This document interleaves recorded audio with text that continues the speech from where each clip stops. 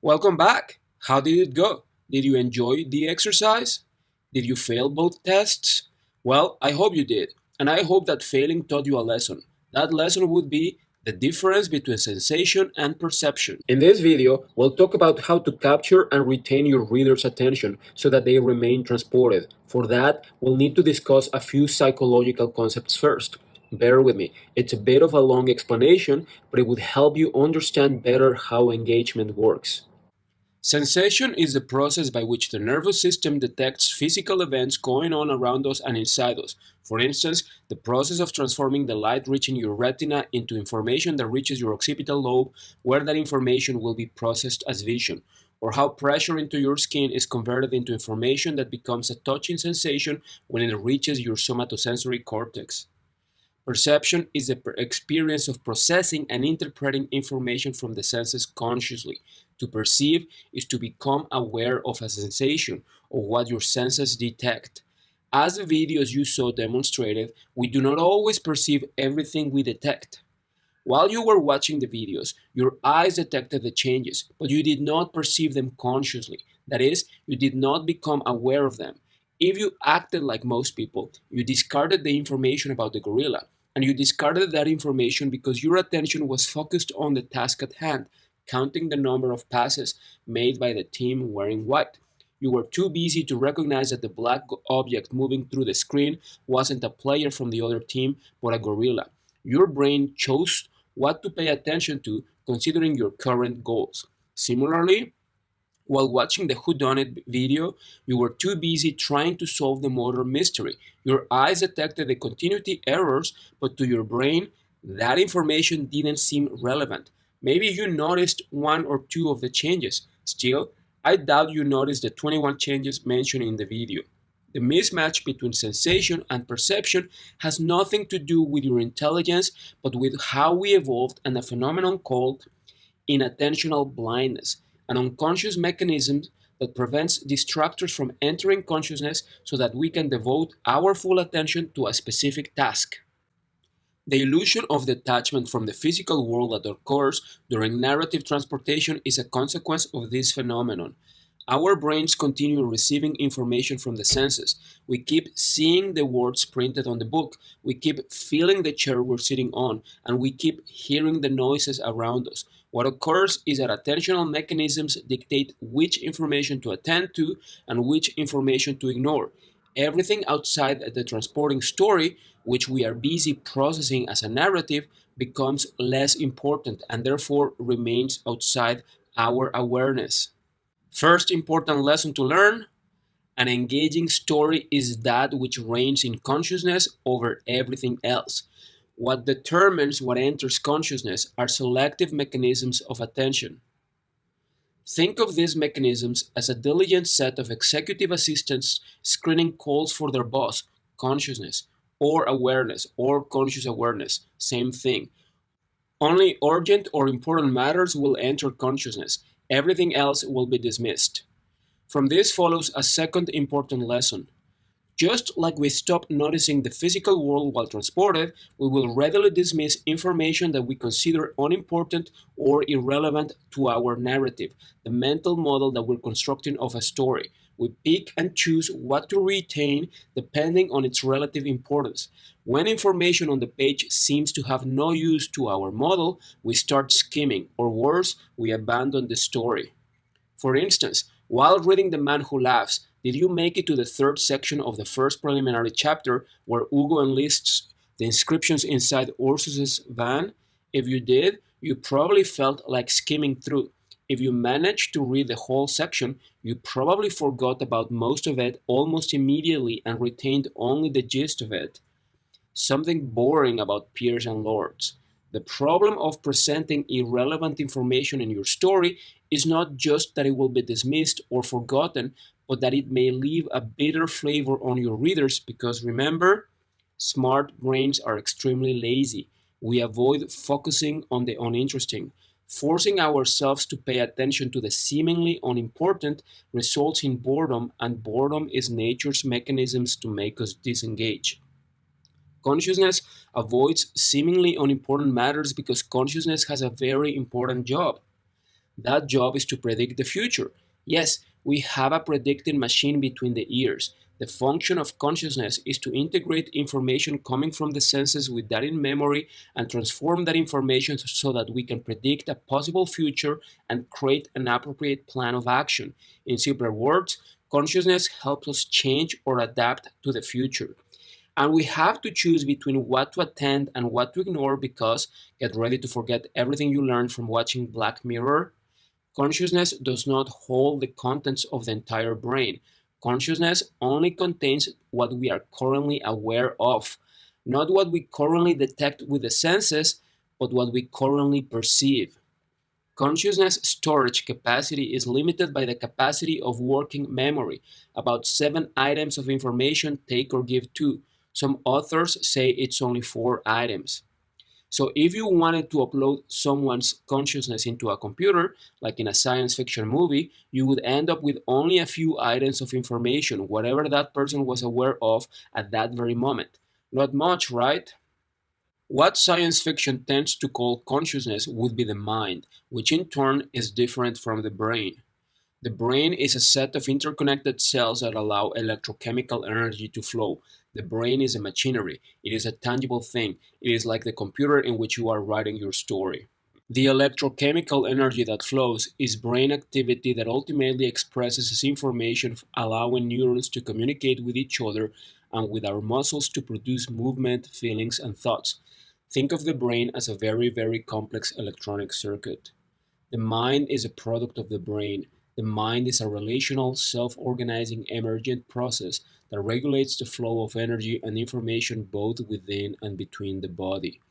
The brain is part of the body, but the mind extends beyond the brain because it affects and is affected by changes in your body. Movement, sensation, hormone release, feelings that originate in your gut, etc. Think of the mind as both information and a process that regulates that information. The mind is an abstract concept like liberty, love, freedom, citizenship, society, story. We can all understand these concepts, but we cannot truly reduce them to a concrete image, can we? We can only find symbols that represent them. We cannot see them as a physical object. It is the same with the mind.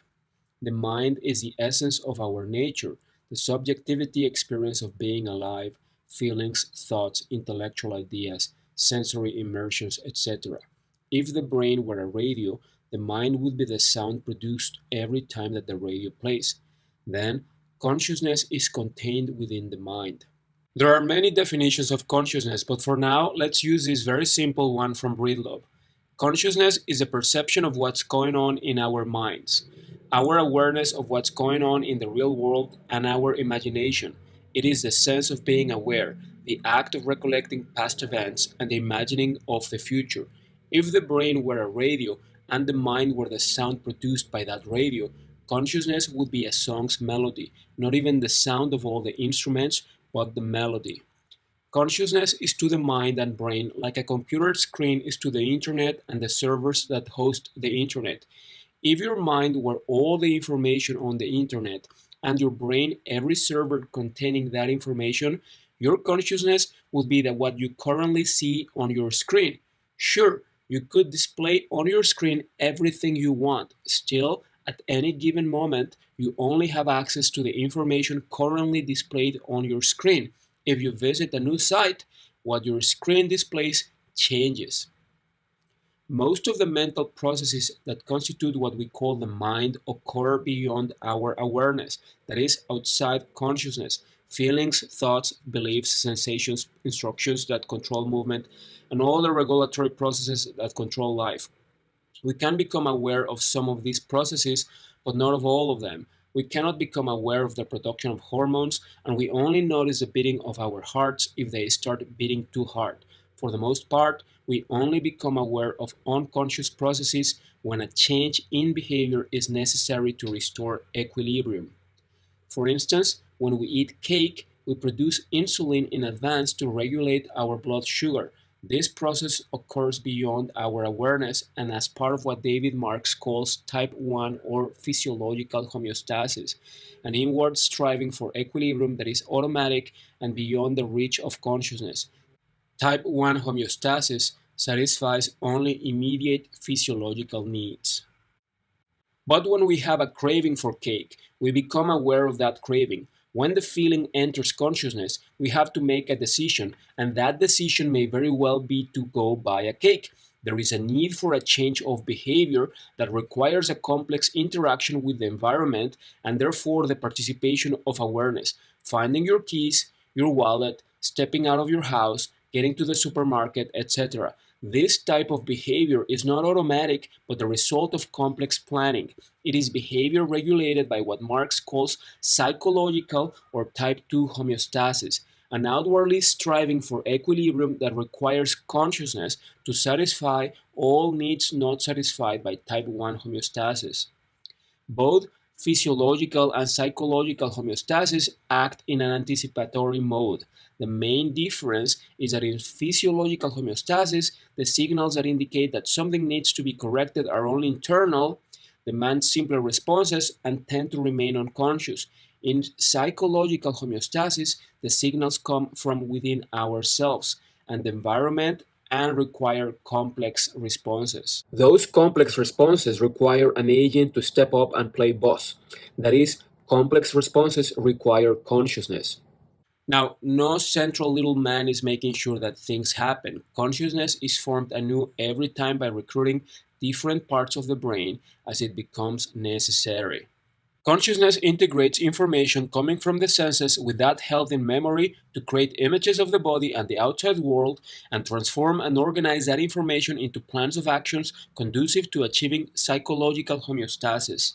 However, as the exercises of selective attention demonstrated, we tend to ignore most of the information we detect with the senses. If we didn't, we wouldn't be able to make fast decisions. The process of filtering out irrelevant information is attention. Attention narrows awareness selectively to a part of the sensory environment so that we can disregard irrelevant information. Attention, therefore, affects how we construct reality, and when we consume a story, how we create a narrative. Attention selectivity is necessary because an important part of minimizing risks and maximizing rewards is being able to make fast decisions. Think about what happens when you're trying to decide what to watch online. With so much content available, making the right decision can take a long time, right? It's so much easier to decide when we have a recommendation. Based on what you have previously watched and liked, the Netflix algorithm chooses a title, then brings that title to your attention with a big trailer. That's similar to how our attention mechanisms work. Our senses are constantly scanning the environment for cues that indicate the relative goodness of an object. If an object is considered important, it enters consciousness. If not, it is filtered out. That's what we do when we focus attention on an object. We disregard everything else. That's why the physical world seems to disappear during narrative transportation. We become fascinated by a story and unconsciously categorize everything outside the story as unimportant until an incident from real life becomes more important, bringing us back to reality. Gazzaniga compares the process through which relatively independent mental models produce consciousness to bubbles of boiling water popping continuously and as they do, gaining control of the mind. Thoughts pop in and out of our awareness constantly. They go in and out so fast that we don't even realize that consciousness capacity is limited. The heat that makes these bubbles surge are attention mechanisms modulated by arousal, a state of excitement or energy expenditure linked to an emotion. The somatic response is caused by an emotional episode. Arousal is a mechanism through which emotions wake up the brain to make it more receptive, lock attention, enhance our ability to store content in memory, and ready the body for action. When interpreted consciously, we call arousal feelings. In other words, emotional feelings are an idea's ticket into consciousness. This is the most important thing to learn from this course. Feelings dictate what reigns in consciousness. If you want to capture and retain your reader's attention, you need to make them emote constantly. For instance, say that you are watching a Batman episode on TV. If this story transports you, you will be thinking only about the story events and ignoring everything around you. The Batman narrative will reign in your consciousness. But then your mother shows up, and she's angry because you were supposed to be helping with dinner. There's no space in consciousness for both Batman and your mother, and responding to her seems more important. Thus, you stop thinking of Batman and now think about the trouble you're in. Sure, you could try to focus your attention back on your show, but imagine that your mother is not just a little angry, she's very angry. She calls you a good for nothing bum and then says, "It should have been you who died instead of your little brother. You're a disgrace." Well, that's kind of tough, isn't it? I bet it would be difficult to return to your show if your mother said that. Now, all you can think about is what a failure you are. The pain dominates your thoughts. To remain engaged, you need the drama, you need emotions. Emotions are and forever will be in charge. They decide where you will focus your attention and thus what you will be thinking about. And since our two main goals in life are reproduction and survival, we pay special attention to threats to our well being and to our status within the in group. An engaging story is, therefore, one that provokes a series of emotional responses of such intensity that our attention remains focused on the narrative. As we saw before, an emotional response follows the unconscious appraisal of a stimulus or an event as a potential threat, a reward, or as something not relevant to our current goals, in which case our emotional response is null or close to null. What does it mean that lords who are peers are lords in their own right? Nada, at least not at the moment where that information was presented in Hugo's book. We don't know of any lord. By the moment that sentence is presented, we have only met an eccentric misanthrope and his wolf. We disregard this information. When Ferrante describes the way that Elena and Lila's friendship began, she gives us some details of the afternoon. I remember the violet light of the courtyard, the smells of a warm spring evening. The mothers were making dinner. It was time to go home. Sweet, perhaps, but not too arousing. Then Ferrante describes something disturbing. Lila would thrust her hand and then her whole arm into the black mouth of a manhole, and I, in turn, immediately did the same, my heart pounding, hoping that the cockroaches wouldn't run over my skin, that the rats wouldn't bite me. The potential threat increases our attention. And after we read that Lila's father throws her out of the window and breaks her arm, we cannot stop reading. That's bad. That's really bad. However, the valence of an event is first assessed, that is, whether we appraise the event as good or bad. It is the intensity of our emotional response, the arousal, what determines whether the significance of that event will capture attention, enter consciousness, and remain in consciousness for long. The battle for consciousness is therefore a battle between attention mechanisms inhibiting each other through their emotional weight. Whether an event will remain the focus of our attention and thus prevail in consciousness depends on our ability to extract meaning from it and develop an emotional response. For instance, if you have a deadline, focusing on your writing might be what provokes the strongest emotional response because you know you will be in trouble if you don't finish. In simpler words, regardless of whether we classify an event as positive or negative, its significance will be determined by the intensity of our emotional response. The higher that emotional response, the more likely that the event will capture our attention and enter consciousness. Again, to capture and retain your reader's attention, you need the drama. You need to disrupt homeostasis with a problem for your reader's consciousness to solve. And for that, we need clear goals. If we assess an event as irrelevant to our current goals or not inherently threatening or beneficial, other events will capture our attention and gain control of consciousness. Goals are a necessary condition for provoking an emotional response and thus engaging attention because goals set the measure against which stimuli are categorized. Without goals, we would categorize all events in a story as equally irrelevant. So it all reduces to having clear goals. To transport your readers, you need to engage them first. And to engage them, you need to capture their attention. And to capture their attention, you need to continuously provoke emotional responses. And for your readers to experience those emotional responses, they need to have clear goals so that they can appraise each event in your story as something that will take them closer or away from those goals. Will Cinderella find love and escape servitude? Will Leela and Lenu escape poverty? Will Jignesh end up in prison for murder? No goals, no emotion. No emotion, attention wanders. Mind wandering is okay if you're in bed at night trying to fall asleep. But if you're engaged with a task that requires attention, the result of not being able to pay attention translates to the aversive affective state of boredom. Boredom follows a loss of attention to the current task due to this task losing emotional significance. Boredom originates from a neutral emotional state that results in low arousal. That low arousal is why we feel like falling asleep when we're bored. This low arousal state derives first in mind wandering, permitting the entrance of new ideas into consciousness, then into an aversive state of high arousal as we come to realize how unrewarding the current situation is. You try to stay awake, but you can't, and you don't want to fall asleep either. That's why you hate a boring book. Boredom translates into feelings of anger, frustration, hostility, and sadness, and when it reaches a chronic state, life dissatisfaction, lack of meaning, and depression.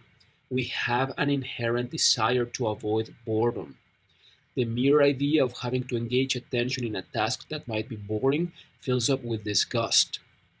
To keep your readers engaged and therefore there within your story goals should be 100% clear. In my novel, Jignesh's main goal is to avoid going to prison. Then there are a series of sub-goals: buy a freezer to hide the body, get help to carry the freezer to his parents' house, etc. All of these goals are related to his main goal. Then, to keep your readers engaged and therefore there within your story events should suggest either progress toward your story goals or deterioration of your character's situation so that your readers keep emoting and remain transported.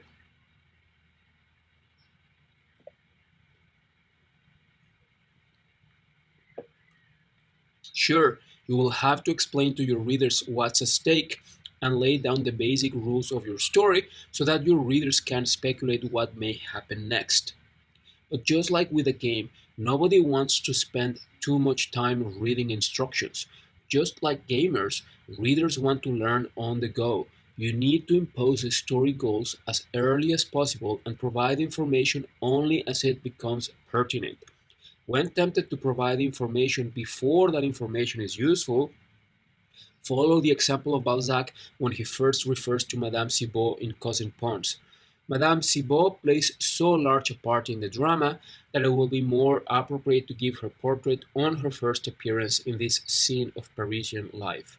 And when you introduce your Madame Cibot, don't make her portrait longer than necessary.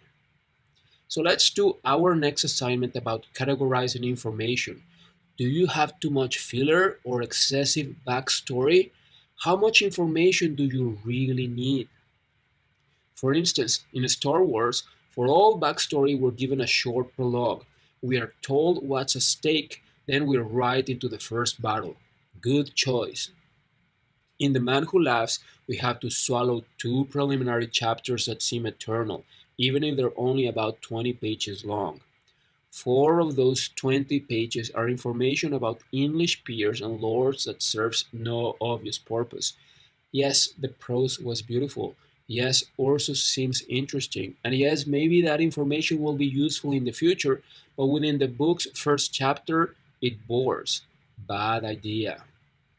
In Confessions of a Shopaholic, we're given a series of letters that allows us to know that Becky Bloomwood is in financial trouble. Simple and direct. Revisit your work so far. Start by identifying where your story really starts, the moment that you impose a goal and you disrupt homeostasis.